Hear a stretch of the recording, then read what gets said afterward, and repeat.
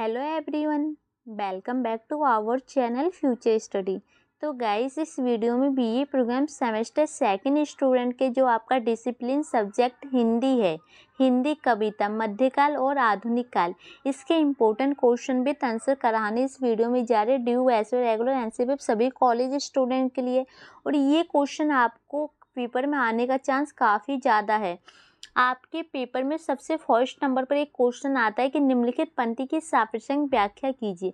ये क्वेश्चन आपके 20 नंबर का होता है और ये हर क्वेश्चन पेपर में आपको देखने को मिलेगा क्वेश्चन फर्स्ट में। ठीक है, तो सापेक्षिक व्याख्या कैसे की जाती है किसी भी पंक्ति की।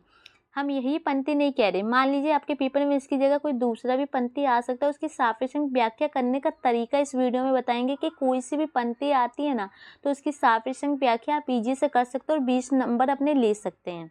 ठीक है, ये 2 पॉइंट को करना होता है, जैसे फर्स्ट एंड सेकंड, तो एक पॉइंट आपका 10 नंबर का होता है, सेकंड पॉइंट भी 10 नंबर का होता है, टोटल 20 नंबर की सापेक्षिक व्याख्या आपके पेपर में आना जरूरी है।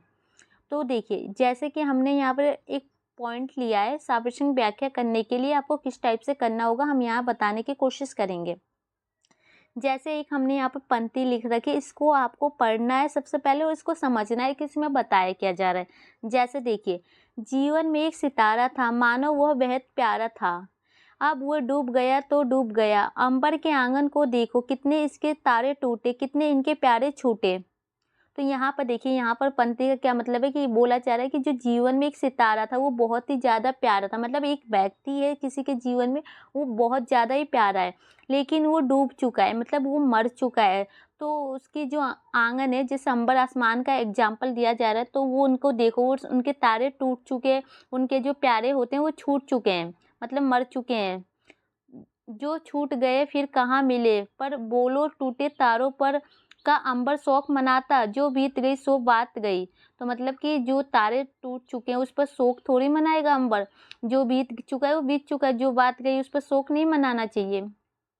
तो इस पंक्ति का मतलब यही है कि सभी व्यक्ति को देखो, जन्म लेने के बाद सबकी मृत्यु होती है, तो उसके जो चिंता नहीं करनी चाहिए, जो चला जाता है उसकी टेंशन नहीं लेनी चाहिए, अपने आने वाले अपने वर्तमान जीवन में जीना चाहिए, नहीं कि भूतकाल में भविष्य काल में जाके अपने टेंशन को देखें। तो इसमें यही बताया गया है, इस पंक्ति का मतलब यही है कि किसी के व्यक्ति से चले जाने से आपके जीवन में निराशा की भावना नहीं होनी चाहिए। तो ये समझ में आया कि इसको सबसे पहले आपको समझना है। इसके बाद इसका आंसर कैसे लिखना है इस पंक्ति का, इतना तो आपको पेपर में ही दिया रहेगा। तो आंसर लिखने के लिए आपको सबसे पहले ये करना है, जो आपको आपकी जो पंक्ति दी जाएगी उसके आगे के 4 वर्ड और लास्ट के जो 4 वर्ड और बीच में डॉट डॉट करके इस टाइप से आपको फर्स्ट पॉइंट डाल के लिखना है। जैसे आपको यहाँ दिख रहा है ये वाले पॉइंट और जो एंड के पॉइंट है।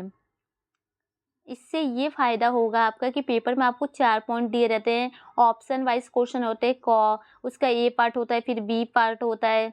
तो इसी टाइप से आप इस पंक्ति की व्याख्या करें, इस पंक्ति की, तो ऐसे लिखेंगे तो समझ में आएगा कि किस पंक्ति की आपको व्याख्या की जा रही है। तो फर्स्ट में ये करना है। सेकंड पॉइंट में आपको क्या लिखना है, मेन आंसर आपका यहाँ से स्टार्ट हो रहा है, इसकी प्रसंग संदर्भ अनुसार, मतलब इसकी प्रसंग आपको लिखनी होती है। कैसे लिखी जाती है, तो इसके लिए सबसे पहले आपको इसके राइटर का नाम याद होना चाहिए और इस कविता का नाम याद होना चाहिए, जिस भी कविता से ये पंक्ति आपको ली गई है। जैसे राइटर का आप नाम दे सकते हैं, यहाँ पर हरिवंश राय बच्चन छायावादी के कवि है, तो इनके राइटर का नाम आ गया। ये कौन से कवि है, छायावादी के कवि है। बीत गई सो बात गई, और ये कविता का नाम है बीत गई सो बात गई। कविता हरिवंश राय बच्चन की बहुत ही प्रसिद्ध कविता है, और ये कविता बहुत ही प्रसिद्ध इनकी कविता है, और यह एक ऐसे सत्य पर आधारित है जिसको हम सब जानते हैं। और ये कविता जो एक सत्य पर आधारित है जिसे हम सब जानते हैं, अच्छी तरह से देखते हैं, किंतु स्वीकार नहीं करते और निराशा में डूबे रहते हैं। बच्चन जी इस कविता के माध्यम से हमें जीवन जीने की कला सिखाते हैं, निराशा और शोक से बाहर निकलने के तरीके बताते हैं। कविता के हर भाग में जिंदगी के कड़वे सच का सामना कैसे किया जाए इसके लिए प्रेरित करते हैं। इस प्रकार यह एक आध्यात्मिक कविता के साथ साथ अभिप्रेरणा करने वाली कविता भी है। तो इस पंक्ति में आपको क्या लिखना है कि जो आपने कविता पहले किताब में पढ़ रखी होगी या इस पंक्ति से समझ के आए, इसमें आपको इस राइटर के बारे में लिखना है कि ये राइटर जो कविता के माध्यम से कहना क्या चाह रहा है, कि आपको ये बताना चाहता है कि आपकी एक कड़वी सच्चाई से बाहर निकालना चाहते हैं कि जो व्यक्ति आता है उसे मरना ही होता है, उसके लिए आपको शोक निराशा की भावना नहीं रखनी चाहिए। उनको अभी प्रेरणा देने की कोशिश करें कि आध्यात्मिक कविता के माध्यम से भी अभी प्रेरणा दी जा रही है कि आपको इन निराशा से शोक से बाहर निकलने का रास्ता बताया जा रहा है कि उनके जो आता है व्यक्ति उन्हें जाना होता है, उनकी चिंता में अपना भविष्य खराब नहीं करना चाहिए।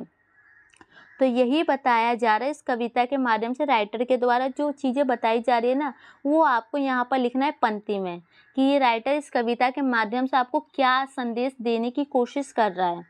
और उसके बाद आपको पंक्ति की व्याख्या यहाँ करनी है कि उस पंक्ति का मतलब क्या है, कि जो अभी हमने आपको बताया। देखिए, इस भाग में बच्चन जी यह कहना चाहते हैं कि हम सबके जीवन में जो हमारे प्रियजन होते हुए हमारे लिए बहुत ही अजीज होते हैं, उनके बिना हम जीवन की कल्पना भी नहीं कर सकते, परंतु मृत्यु अलट सत्य है, उस पर हमारा वश नहीं है।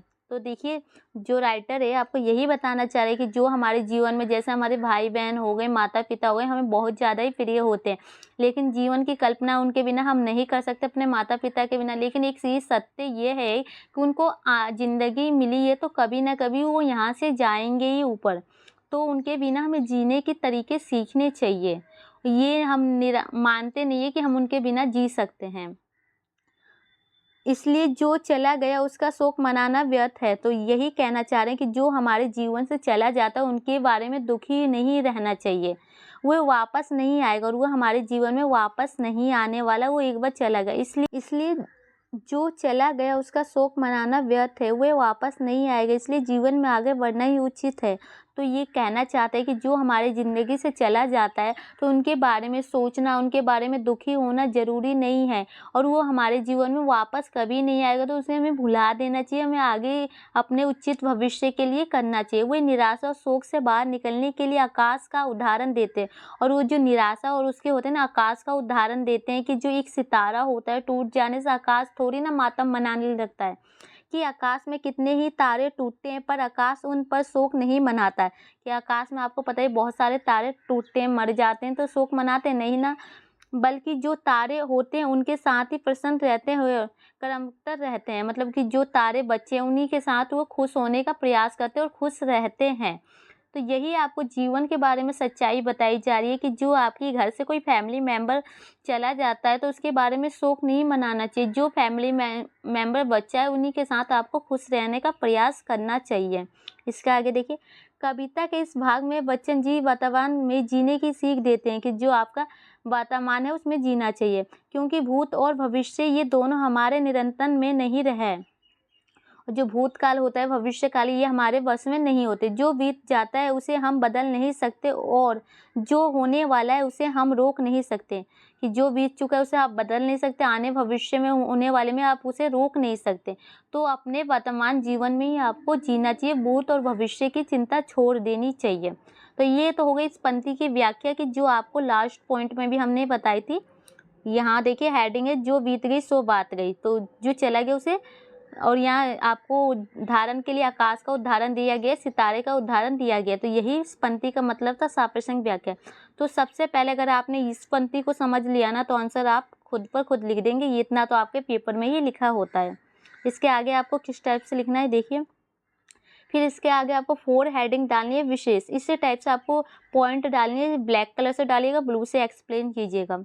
तो देखिए, प्रस्तुत आउटलाइन में बताया गया कि हमें सदैव वर्तमान में ही जीना चाहिए, जीवन के हर पल का आनंद लेना चाहिए, ना कि शोक और निराशा में डूबकर समय नष्ट करना चाहिए। तो आपको ये इस कविता के माध्यम से आपको क्या समझ में आया वो आपको यहाँ बताना है कि इसमें ये बताया गया कि हमें अपने निराशा और अपने ये दुखी में नहीं जीना चाहिए, अपने आनंद लेना चाहिए, ये शोक को भूल जाना चाहिए। ठीक है, तो यही आपको सलाह दी जा रही है ना राइटर के द्वारा। तो यही अपने जो आपको समझ में आए वो उसको बताना होता है विशेष में। हिंदी में भूत और भविष्य दोनों को काल कहा गया है। सोचिए तो लगेगा कि ये दोनों तो यथार्थ है, जीवन के जिस पर हमारा वश नहीं है। शायद इसलिए ही भूत और भविष्य के लिए एक शब्द प्रयोग किया जाता है। जन्म मृत्यु के सत्य पर हम सबका अस्तित्व निर्भर है। फिर इस सत्य से भागना क्यों, चिंता क्यों, कर्म ही सत्य है। तो इसमें ये भी बताया जा रहा है कि सभी को पता है कि जन्म और मृत्यु किसी के हाथ में नहीं है, सभी का इस पर बस नहीं चलता, लेकिन ये सत्य है कि सभी को एक दिन आना है, वो जाना है। तो इससे हमें डरना क्यों, इससे हमें भागना क्यों, चिंता क्यों करना चाहिए। जो जैसा है उसके साथ हमें जीना चाहिए। और इसके बाद आपको यहाँ देखिए एक पॉइंट कुछ लिखना है कि जो वाक्य सुगठित और सुव्यवस्थित है, मतलब कि इसमें किस लैंग्वेज का प्रयोग किया गया। लेखक ने संवाद शैली में अपनी बात सरल और सरल शब्दों में कही है कि एकदम सरल वाक्य में आपको समझ भी आ गया है। मिश्रित शब्दावली का प्रयोग किया है, व्यंजनात्मक है, वतात्मक शैली है।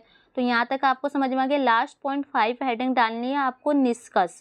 तो निष्कर्ष में आपको बना के लिख सकते हैं, खुद के अकॉर्डिंग बनाया गया है, जैसे हमने ये बना रखा है। तो देखिए, हरिवंश राय बच्चन द्वारा इस कविता में बताया गया है कि भूत और भविष्य की चिंता नहीं करनी चाहिए, हमें अपने वर्तमान जीवन में ही जीना चाहिए और उसका आनंद लेना चाहिए। जो चला जाता है वह वापस नहीं आता, उस पर शोक नहीं करना चाहिए। उदाहरण के लिए इसमें आकाश के सितारों का उदाहरण दिया गया। जीवन और मृत्यु किसी के हाथ में नहीं, सबको इनका सामना करना चाहिए। तो ये निष्कर्ष देख सकते हैं। इसी टाइप से आपको भी अपने पेपर में लिखना है, ये हमारे द्वारा बनाए गए। तो देख लीजिए, इसी टाइप से आपको पेपर में आएगा कि किसी का कोई वश नहीं है, तो आपको बस पंक्ति समझ में आ जाएगी। तो आप 5 पॉइंट के अंदर इसको हेडिंग डाल के आप लिख सकते हैं। और एक आपका हेडिंग ये 2 नंबर का बनेगा। इसी टाइप से 5 में आपको डाल के ये आपका 10 नंबर का क्वेश्चन तैयार हो गया। इसी टाइप से 20 नंबर का क्वेश्चन आएगा, इसको आपको पढ़ के समझ लेना है। कविता पता होगी कि किस कविता से, उस कविता के बारे में आपको क्या क्या जो भी आपने पढ़ा है उसको अकॉर्डिंग आप आंसर लिख सकते हैं। तो वीडियो अच्छी लगे तो लाइक शेयर जरूर कीजिए।